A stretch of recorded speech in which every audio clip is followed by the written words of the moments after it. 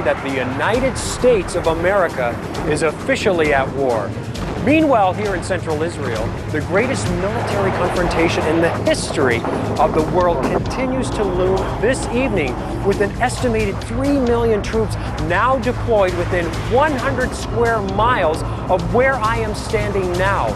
Another 2 million are reported to be less than 3 hours away. Clearly, everything we are seeing is pointing in the direction of a battle the likes of which this world has never seen. Nuclear, chemical, and biological weapons have now been used, and unless someone hits the brake, our future may be a short one. For WNN, I'm Bronson Pearl, near Armageddon, Israel. Clearly, China, for this update. Helen, the footage you are seeing is less than 90 seconds old. I'm standing here not a quarter mile from the Chinese Defense Ministry headquarters, which, as you can see, has just been rocked by an enormous explosion.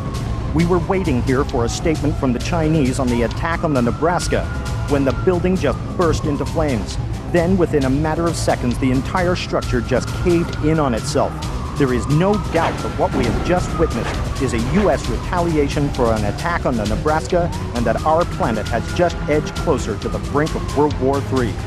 David Boyle, WNN, Beijing. Ladies and gentlemen, we have just received word from NORAD Command that several land-based nuclear missile launches have now...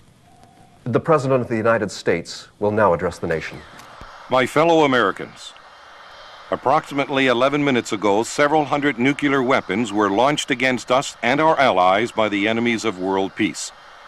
The exact targets cannot be determined, but catastrophic destruction is a certainty. Even though the policy of mutually assured destruction was intended to deter an event such as this one, it is also a philosophy that I believe must be carried out in practice, not just in principle. In keeping with that view, I have just authorized a counterstrike, the magnitude of which is almost beyond measure.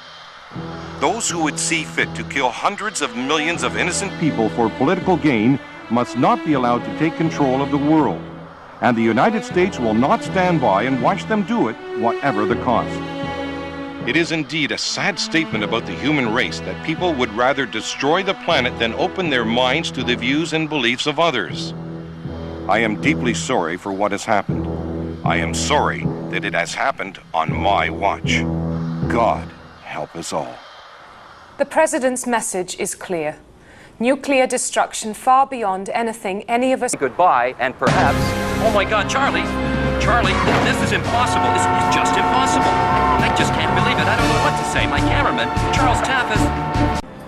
The situation here in central England is absolutely out of control. There are hardly words to describe it. With reports of tens of thousands of, I guess what you would have to call vanishings, now reported, the impact has been staggering. Here on a highway not far from London, thousands of vehicles suddenly became deadly projectiles when their drivers simply disappeared into thin air. And while the degree of carnage is staggering, almost everyone agrees it is only a fraction of the nuclear devastation we all expected only a few moments ago. It's almost impossible to comprehend. In a tiny Swiss village, this is the scene after a suddenly unmanned passenger train with more than 60 cars raced into a train station at full speed, smashing into the back of another train without warning. This aircraft plummeted to the ground in a huge fireball, and instant after the tower lost contact with the pilot. This helicopter lost altitude without explanation and crashed into the water below. The pilot's clothes were found, but no body was recovered. And citizens around the world are reacting in the only way most people could expect, with total panic. Here in Tokyo, hundreds of people were gathered around this lobby, listening to a top government official. He was announcing his belief that the Battle of Armageddon was actually a fulfillment of ancient prophecy. As he spoke, however, he vanished in front of them, leaving only a neatly folded pile of clothes where he stood only seconds before.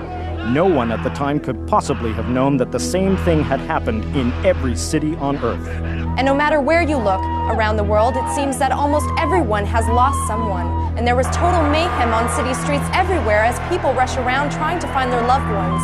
The only evidence that they were ever even here is the neatly folded piles of clothes that lie from one end of the globe to the other.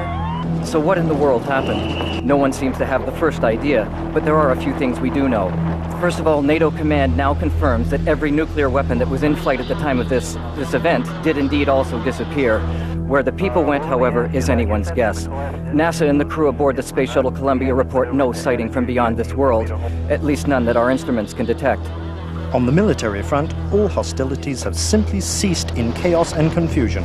Any military forces that can be spared patrol the borders of their respective nations, but not one of those nations has any idea who or what they are looking for.